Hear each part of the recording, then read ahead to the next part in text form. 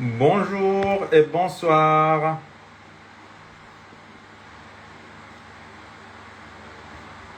Voilà le commentaire, superbe. Salut. Voilà, j'ai 3 minutes de retard. Salut. Je suis à vous avec la 20e session du direct Le Palais des Solitudes. J'espère que vous avez passé un bon dimanche. Pour ceux qui habitent hors de l'Iran, j'espère que vous avez passé un bon week-end. Bonsoir. Super, on est déjà 20 personnes. Voilà, comme vous pouvez voir dans le commentaire, on est en 20e session du direct Le Palais des Solitudes, le livre qu'on lit ensemble chaque dimanche. Ça fait 20 dimanches qu'on lit ensemble ce livre qui raconte la vie de Soraya Esfandiari, l'ex-impératrice de l'Iran, la deuxième épouse du dernier Shah d'Iran, Mohammad Reza Shah. Et voilà, très bien, j'attends que les autres nous joignent. C'est bien. خب تا بچه‌ها کم کم میان من توضیحات فارسی لایو رو بدم بهتون. ببینید ما 20 تا یک شنبه است با احتساب امشب که کتاب Le Palais des Solitudes، کتاب کاخ تنهایی که زندگی نامه ثریا اسفندیاری بختیاری رو تعریف میکنه، همسر دوم آخرین شاه ایران محمد رضا شاه، داریم میخونیم. در واقع یه لایو روحانیه برای لول A2 به بالا. البته ما لایو رو همزمان که روخونی میکنیم خب ترجمه فارسیش هم میگیم، یعنی بچه‌های آیک هم میتونن این لایو رو ببینن. اما به هر حال این کتاب متاسفانه تو ایران خیلی سخت پیدا میشه، به خاطر همین من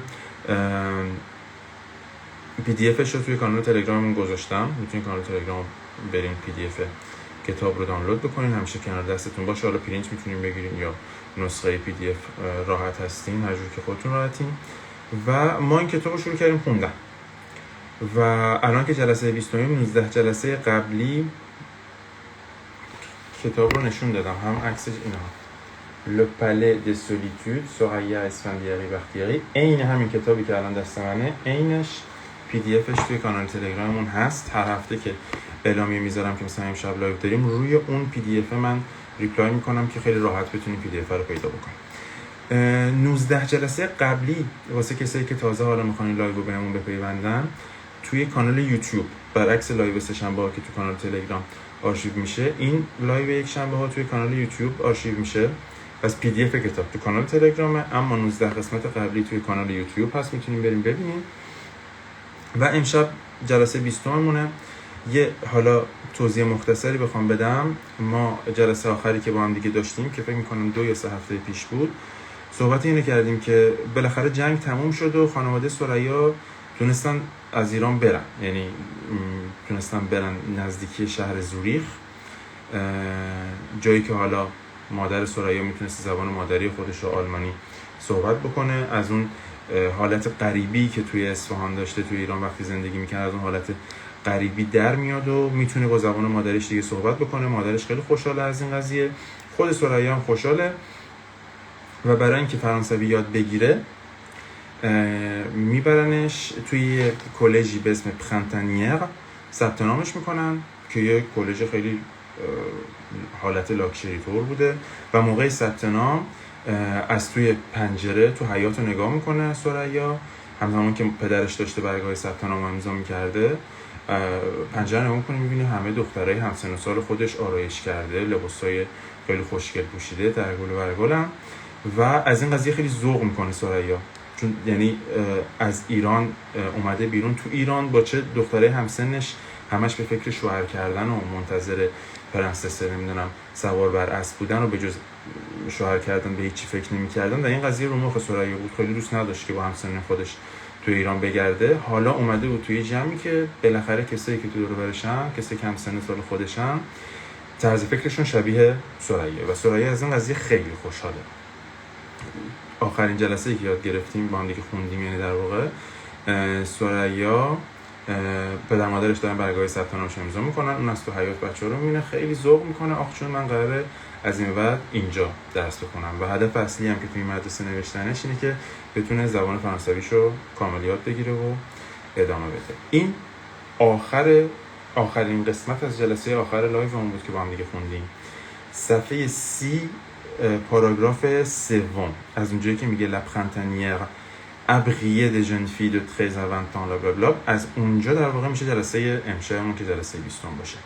ما از پاراگراف سوم صفحه 30 تا آخر صفحه 31 رو امشب میخونیم که شروع در واقع این تجربه جدید سرایا که تو این حالا دبیرستان که نمیشه که راهنمایی طور نوشتنش و از این قضیه خیلی خوشحاله و بالاخره تونسته از ایران در بیاد و داره کم کم فرانسوی یاد میگیره. باید گوشه ذهنتون هم داشته باشین که از بچگی این دختر بچه آرزوی بازیگر شدن داشت که همش فیلم ها رو میدید و هی رویا پردازی میکرد راجع به اینکه من یه روزی بالاخره بازیگر میشم. همچنان گوشه ذهنتون داشته باشین که سرایا آرزوی دوران بچگیش، نوجوانیش این بوده که بازیگر بشه. حالا اینو دیگه میخوام ادامه بدم. Donc regardez votre livre à la page 30. À la page 30, le troisième paragraphe, comme d'habitude, comme la routine de chaque dimanche et chaque mardi, je vais lire plusieurs fois. Les deux, trois premières fois, vous allez vous concentrer sur la prononciation et l'intonation. Donc, vous allez écouter attentivement et vous allez essayer de répéter après moi. Et après, la dernière fois que je lis plus rapidement et je commence à... Attendez. Je commence à traduire pour vous. Donc, la dernière fois, c'est là où je commence à traduire. Mais les trois premières fois, c'est à vous de répéter après moi. C'est ce qu'on fait chaque semaine. Donc, à la page 30, troisième paragraphe, écoutez et essayez de répéter après moi. La printanière abritait des jeunes filles de 13 à 20 ans. La printanière abritait des jeunes filles de 13 à 20 ans. Comme moi, elles étaient là pour apprendre le français. Comme moi, elles étaient là pour apprendre le français. Selon leur âge, elles avaient droit à plus ou moins de liberté. Selon leur âge, elles avaient droit à plus ou moins de liberté. Celle d'aller au cinéma, de rentrer tard le soir, de se rendre au café, etc. Brune, rouge aux ongles et aux lèvres, talons hauts et poitrine ronde, très femme, malgré mes 14 ans, je faisais à ce point illusion que, dès les premiers jours, je réussis à me faufiler dans le groupe des jeunes filles qui avaient la permission de sortir librement, ou presque librement. Je répète ces deux paragraphes. La printanière abritait des jeunes filles de 13 à 20 ans. Comme moi, elles étaient là pour apprendre le français. Selon leur âge, elles avaient droit à plus ou moins de liberté. Celle d'aller au cinéma, de rentrer tard le soir, de se rendre au café. Brune, rouge aux ongles et aux lèvres, talons hauts et poitrine ronde, très femme malgré mes 14 ans, je faisais à ce point illusion que dès les premiers jours, je réussis à me faufiler dans le groupe des jeunes filles qui avaient la permission de sortir librement, ou presque librement.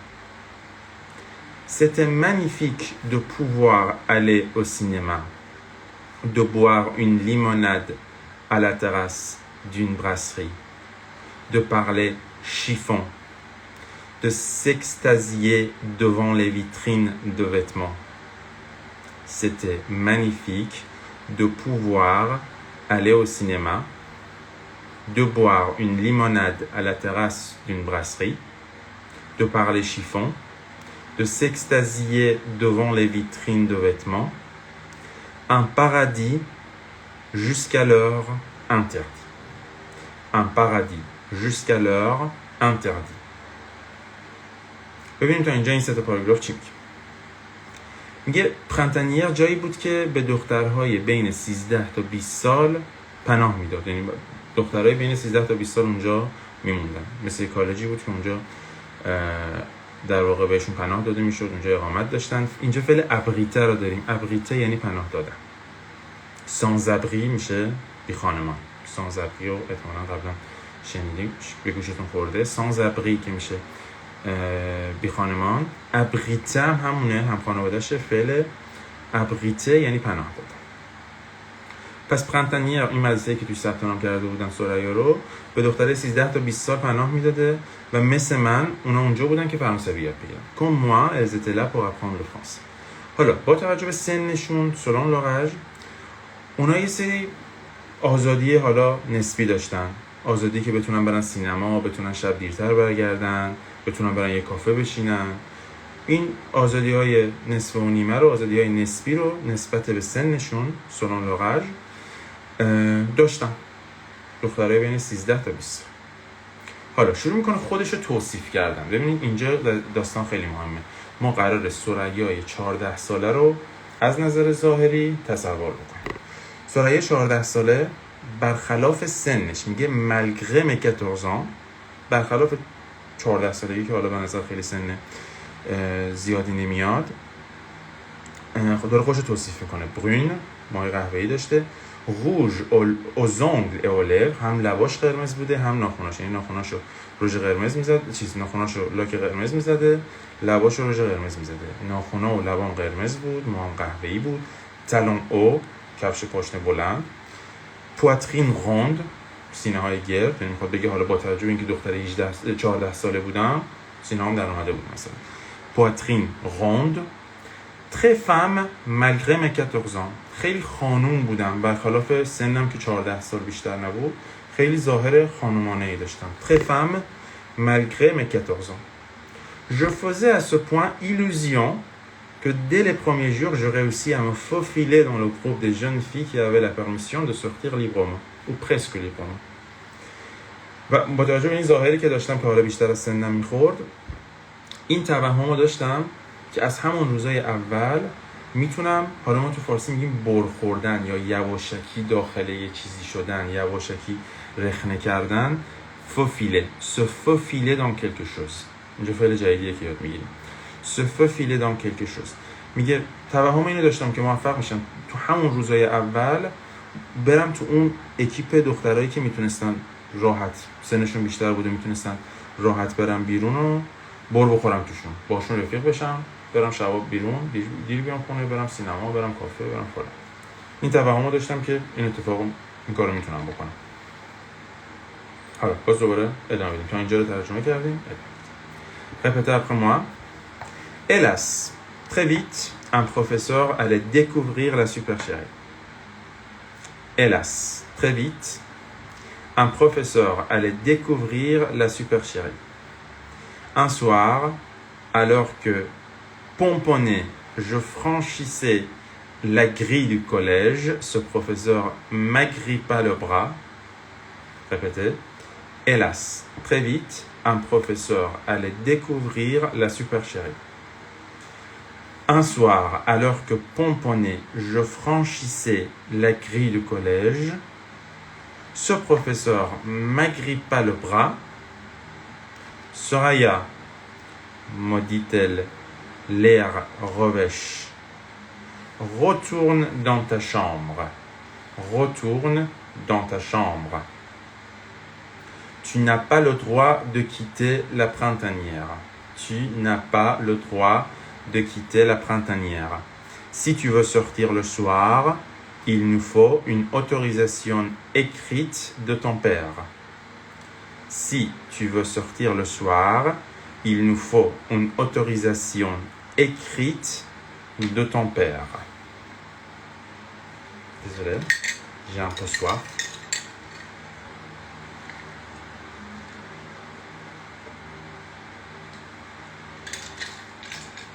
Voilà. Il nous faut une autorisation écrite de ton père.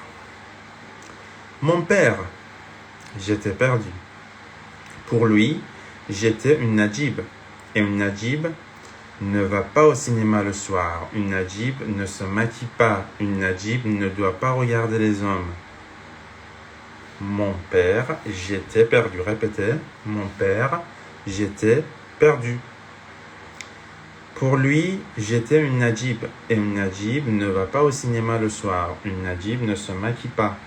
Une Najib ne doit pas regarder les hommes. Regarder les hommes, moi, jamais de la vie. Regarder les hommes, moi, jamais de la vie. D'ailleurs, je ne comprenais pas les autres filles qui rêvaient d'un galant ou accrochaient des photographies d'acteurs dans leur chambre. L'idée de tomber amoureuse ne me fleurait pas. L'idée de tomber amoureuse ne me fleurait pas. Ne m'effleurait pas. C'est le verbe effleurer. Ça veut dire presque toucher. L'idée de tomber amoureuse ne m'effleurait pas. Écoutez et répétez, je répète une autre fois. Regardez les hommes, moi, jamais de la vie. D'ailleurs, je ne comprenais pas les autres filles qui rêvaient d'un galant ou accrochaient des photographies d'acteurs dans leur chambre. L'idée de tomber amoureuse ne m'effleurait pas. ببینیم سه تا پاراگراف دیگه چی تو ذهن خودش توهم اینه داشت که آره من میرم بر میخورم بین اونا و شبا میرم بیرون و فلان و اینا. الس متاسفانه افسوس. الس یعنی افسوس. افسوس که خیلی سریع یکی از معلم ها un professeur allait découvrir la supercherie. supercherie یعنی هیله‌گری، فریب. یعنی این هیله‌گری منو یه معلمی قرار بود مچشو بگیره، یه معلمی قرار بود بفهمه، ازش سر در بیاره. یه شبی un soir alors que pomponne یعنی ترگل برگل کرده، آراسته، آرایش کرده. یه شبی که من پمپونه کرده بودم خودمو، داشتم از در کلج میرفتم بیرون. je franchissais la grille. از در آهنی کلج میرفتم بیرون. این معلم بازوی منو میگیره. Ce professeur m'agrippa le bras. Agripper le bras de quelqu'un, دیدین بازوی نفر محکم میگیرین. Agripper le bras de quelqu'un. حالا میگیرتش چی بهش میگه؟ میگه سوریا مدیتل l'air revêche. l'air revêche یعنی با حالت ترسناک، با حالت خشمگینی بهش میگه که معلم بهش میگه سوریا retourne dans ta chambre. برگرد تو اتاقت. Tu n'as pas le droit de quitter la printanière. تو حق نداری از پرنتانیر خارج بشی.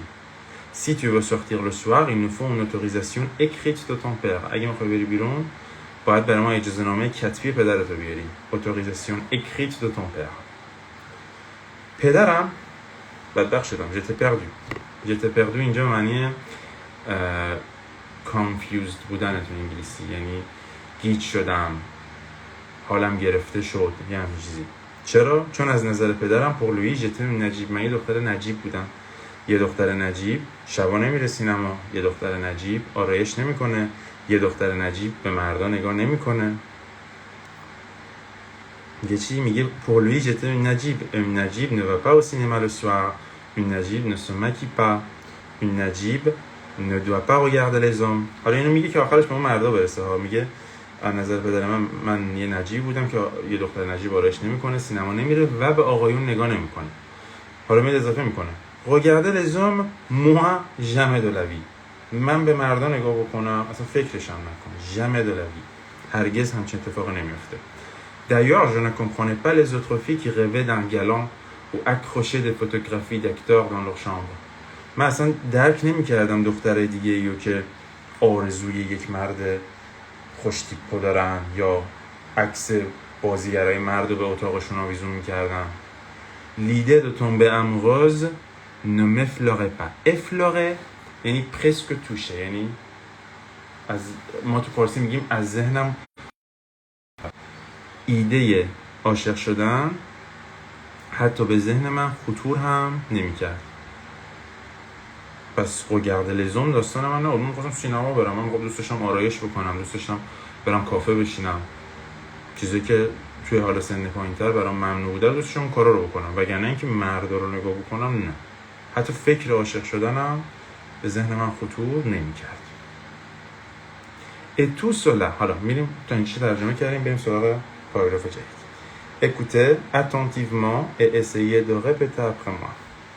Et tout cela parce que mon père m'avait dit tu ne dois pas songer à ces choses-là. Pas toi. C'est impossible. Et c'était impossible. Une sorte de blocage.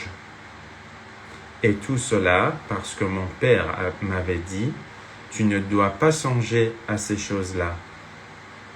Pas toi. C'était impossible.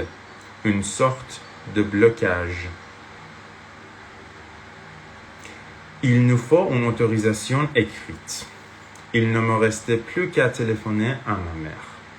Il ne me restait plus qu'à téléphoner à ma mère. دقت کنید اینجا plus اس آخرش تلفظ نمیشه چون plus نگاسیونه. Il ne me restait plus qu'à téléphoner à ma mère. Répétez après moi. Il ne me restait plus qu'à téléphoner à ma mère. Tu sais maman, je ne fais rien de mal. On va seulement au cinéma. Tu sais maman, je ne fais rien de mal. On va seulement au cinéma. À force de supplications, je finis par obtenir d'elle la permission de sortir le samedi après-midi jusqu'à 6 heures du soir. Répétez après moi.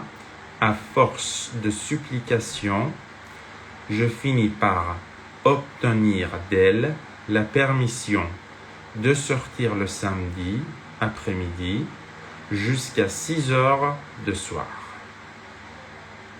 N'en parle pas à ton père, me souffla-t-elle au parloir. Il n'aimerait pas ça. N'en parle pas à ton père, me souffla-t-elle au parloir. Il n'aimerait pas ça. Merveilleuse complicité de femme. Merveilleuse complicité de femme. Répétez après moi. Et tout cela parce que mon père... Et tout cela parce que mon père m'avait dit tu ne dois pas songer à ces choses-là. Pas toi. C'est impossible. Et c'était impossible. Une sorte de blocage. Il nous faut une autorisation écrite. Il ne me restait plus qu'à téléphoner à ma mère. Tu sais maman, je ne fais rien de mal. On va seulement au cinéma. À force de supplications, je finis par obtenir d'elle la permission de sortir le samedi après-midi jusqu'à 6 heures du soir. Jusqu'à 6 heures du soir. N'en parle pas à ton père. Me souffla-t-elle au parloir. Il n'aimerait pas ça. Merveilleuse complicité de femme. میگه چی؟ میگه چرا حالا ایده عاشق شدن، ایده اصلا این که من به مردان نگاه هم بکنم به ذهنم هم خطور نمی‌کرد؟ چون پدرم به من گفته بود تو نباید به این چیزا فکر بکنی. تو ne dois pas songer à ces choses-là. تو نه، pas toi, c'est impossible. امکان نداره که من بهت اجازه بدم تو به اینجور چیزا فکر بکنی. پدرش آدم سختگیری بوده. بکنید یه مرد بختیاری اصیلی بوده که اصلا اینجور چیزا براش تو اون زمان ممنوعه. Et c'était impossible. اون ساخت بلوکش و واقعا واسه من این قضیه امکان پذیر نبود. مثل یه جور بلوکاژ بود، یه جور تحریم بود. انگار که من از تو اون سن از فکر کردن به مردها تحریم شده بودم. Il nous faut une autorisation écrite. یادش میاد جمله اون معلمه رو. اجازه نامه کتبی میخوام. پس من چاره‌ای نداشتم جز اینکه به مامانم زنگ بزنم. Il ne me restait plus qu'à téléphoner à ma mère. حالا به مامانش داره میگه. Tu sais maman, je ne fais rien de mal. On va seulement au cinéma. مامان من هیچ کار بدی قرار نیست بکنم. فقط میخوام بریم سینما. À force de supplication یعنی به زور و خواهش و تمنا. با بدبختی. به زور supplication میشه تمنا. میگه به زور تمنا je finis par obtenir d'elle la permission de sortir le samedi après-midi jusqu'à 6 heures du soir. تونستم ازش اجازه اینو بگیرم که شنبه بعد از ظهر تا ساعت 6 غروب بیرون باشم. برم بیرون شنبه بعد از ظهر تا ساعت 6 بیرون باشم. و حالا میره از مادرش نقل قول میکنه. مامانه اومده این اجازهنامه کتبی ها رو بده، میگه به پدرت اینو نگی یا non parle pas à ton père. در گوشم میگه me souffle-t-elle en parle pas. آروم در گوشم میگه این قضیه رو به بابات نگی یا il n'aimerait pas ça. خوشش نمیاد اگه بفهمه. merveilleuse complicité de femme. این همدستی شگفت‌انگیز خانم‌ها. این قضیه خیلی بهش حال داده که من و مامانم چیز کردیم، با هم دیگه دست به یکی کردیم، ما بابام پنهون کردیم که من بتونم شنبه غروب برم سینما و اینو خیلی خوشش میاد. میگه merveilleuse complicité de femme. من و مامانم این کار کردیم. خب بریم پاراگراف جدید رو.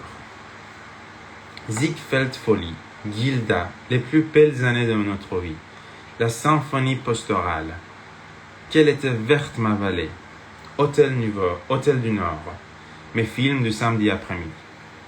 Je répète. Ziegfeld Folly, Gilda, les plus belles années de notre vie, la symphonie pastorale, quelle était verte ma vallée, Hôtel du Nord, mes films du samedi après-midi. De plus en plus, l'envie d'être actrice m'autonaillait. L'envie d'être actrice m'autonaillait. Le verbe tonailler, ça veut dire séduire. De plus en plus, l'idée... De plus en plus, l'envie d'être actrice m'autonaillait. Judy Garland, Rita Hayworth, Michelle Morgan, Myrna Loy, Arletty et tant d'autres me faisaient rêver. De plus en plus, l'envie d'être actrice me tenaillait. Judy Garland, Rita Hayworth, Michelle Morgan, Myrna Loy, Arletty et tant d'autres me faisaient rêver. Ma mère et mon père n'essayaient pas de contrarier ma vocation. Simplement, ils gagnaient du temps. Répétez après moi. Ma mère et mon père n'essayaient pas de contrarier ma vocation. Simplement, ils gagnaient du temps. Tu n'es pas encore au point pour entrer dans un cours d'art dramatique. Si tu veux faire du théâtre ou du cinéma, il te faut posséder une culture générale. Tu dois aussi perfectionner ton français. Répétez après moi. Tu n'es pas encore au point pour entrer dans un cours d'art dramatique. Si tu veux faire du théâtre ou du cinéma, il te faut posséder une culture générale. Tu dois aussi perfectionner ton français. Alors, j'ingurgitais yani bal'idan, urtadan. J'ingurgitais jusqu'à plus soif Molière, Racine, Corneille, Victor Hugo. Alors, j'ingurgitais, répétez après moi, ingurgiter, c'est le verbe ingurgiter. J'ingurgitais jusqu'à plus soif Molière, Racine, Corneille, Victor Hugo. Mon père, ce héros au sourire si doux, parcourait à cheval le soir d'une bataille le champ couvert des morts sur qui tombait la nuit. Calliope, Melpomène, Thalie étaient impitoyables avec la petite personne disparue. Répétez après moi. Alors, j'ingurgitais jusqu'à plus soif, Molière, Racine, Corneille, Victor Hugo. Mon père, répétez après moi, mon père, ce héros au sourire si doux, parcourait à cheval le soir d'une bataille le champ couvert de morts sur qui tombait la nuit. Calliope, Melpomène, Thalie étaient impitoyables. Répétez après moi. Impitoyable avec la petite personne disparue. Avec la petite personne disparue. حالا چی میگه؟ از زیگفلد به اون بر دیگه ترجمه نکرد. میگه فیلم هایی که برای آپشن هایی که برای شنبه بعد از ظهر لحاظ فیلمی داشتم که برم سینما فیلم ببینم. اسم فیلم ها رو داره میگه: زیگفرد فولی، گیلدا، لپلو بلزنه دو نوتروی، لا سامفونی پاستورال، کلت وقت موله، هتل دو نور. همه اینا انتخابای من بود که برم شنبه بعد از ظهر سینما ببینمش. دو پلوز آمپل هرچی این قضیه میگذشت من میتونستم برم سینما، این میل به بازیگر شدن منو وسوسه میکرد، منو تحریک میکرد.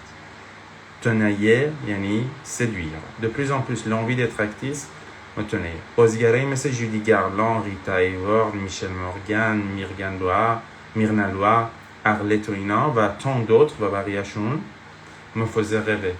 منو میبردن تو آرزوها، منو میبردن تو رویا پردازی خودم. پس یعنی چند تا چیز از بچگی هی داره سوقش میده به سمت بازیگر شدن. میگه من که تونستم از مامانم اجازه بگیرم برم شنبه فیلم ببینم، این بازیگر یه لحظه قطع شدم، ببخشید. الان فکر کنم اوکیه.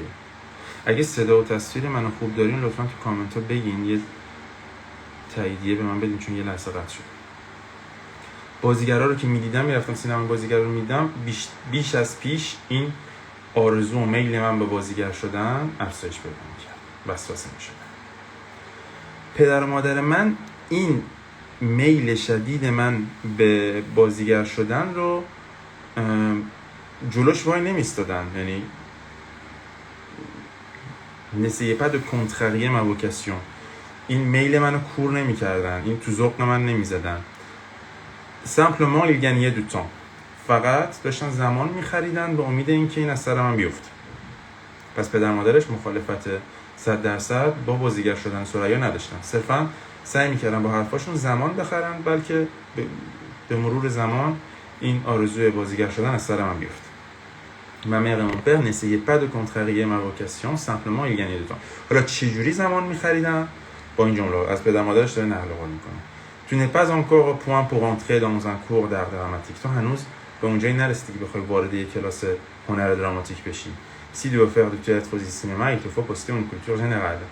اگه میخوای وارد سینما یا تئاتر بشی، باید قبلش یه کلچور ژنرال داشته باشی، اطلاعات عمومی تو ببری بالا، یه مدرک دانشگاهی داشته باشی.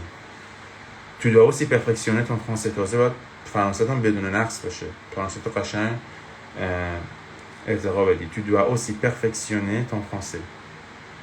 alors حالا که به من میگم اوکی برای بازیگر شدن من باید فرانسه‌مو خوب بکنم، باشه. j'ingurgitais jusqu'à plus soif Molière, Racine, Corneille, Victor Hugo. میشستم شعرهای مولیر و راسین و کورنئی و ویکتور هوگو اینا رو انقدر قورت میدادم. یه جور حالت استعاری داره این جمله. انقدر این شعرها رو، منظور از قورت دادن و بلعیدن اینه که انقدر میخونده تا حفظ بشه. انقدر اینا رو قورت میدادم تا تشنه شه. یعنی حفظ کردن شعر رو اومده تشبیه کرده به غذا خوردن. میگه انقدر غذا رو میخوری تا تشنه شه دیگه نتونی قورت بدی. و من شعرهای مولیر و راسین و کورنئی و ویکتور هوگو رو اینا رو انقدر حفظ میکردم، انقدر پشت سرم میخوندم تا تشنه میشه. و یه تیکه از حالا این شعرها رو میاره اینجا: Mon père ce héros au sourire si doux parcourait à cheval le soir d'une bataille le champ couvert de morts sur qui tombait la nuit. یه تیکه از شعر فرانسوی که داشته حفظ میکرده رو براتون میاره. و بعدش هم اسم یه سری پری الهام بخش شعرهای فرانسوی و یونانی رو میاره: کالیوپو، ملپومن و تالیو. اینا پری الهام بخش شعرن. حالا شعر حماسی، شعر کمدی، شعر تراژدی و اینا پری الهام بخشن که میگه était impitoyable avec la petite personne d'Ispahan. La petite personne d'Ispahan منظور خود ثریاست، یعنی دختر کوچولوی ایرانی اصفهانی. La petite personne d'Ispahan. این پریهای الهام بخش شعر با دختر کوچولوی اصفهانی بیرحم بودن، یعنی اینجا داشته اذیت می‌شده. چرا؟ چون فرانسه یاد گرفتن و شعر فرانسوی حفظ کردن رو به چشم یک وسیله و یک راهی میده واسه اینکه پس فردا بتونه بره بازیگر بشه. وگرنه خودش خیلی ظاهرا علاقه‌ای نداشته. پس این پریهای الهام بخش شعری با دختر کوچولوی اصفهانی خیلی بیرحم بودن، خیلی مهربون نبودن. والا اینجا صفحه 31 تموم میشه، جلسه 20 ما هم تموم میشه. ما فکر کنم اگه اشتباه نکنم 21 و 22، یعنی ما 2 هفته دیگه شاپیتر دوم رو تمام میکنیم که پیشرفت خیلی خوبیه به نظرم. حالا تا اینجا اگر راجع به désolé. تا اینجا اگه راجع به کلمه اصطلاحی متوجه نشین سوال داریم بپرسین که آخر لایو دیگه. این لایو هم طبق معمول توی کانال یوتیوبمون آرشیو میشه. Voilà. Si vous avez des questions, n'hésitez pas à me les poser.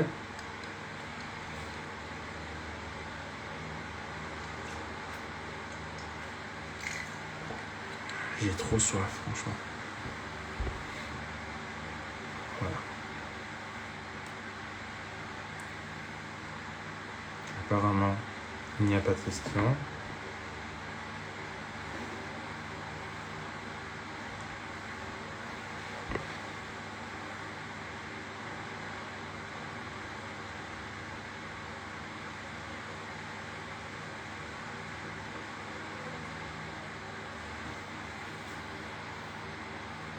من که چی برام نمیاد. ظاهرا سوال نداریم.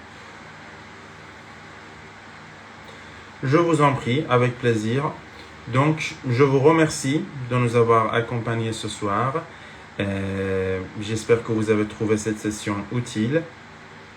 Et on va se retrouver dimanche prochain avec la suite à la page 32. Donc, je vous souhaite une belle soirée. On se retrouve la semaine prochaine. Et vous pouvez regarder cette session une deuxième fois, si vous avez raté une partie peut-être, sur notre chaîne YouTube. Merci beaucoup. Bonne soirée. Salut.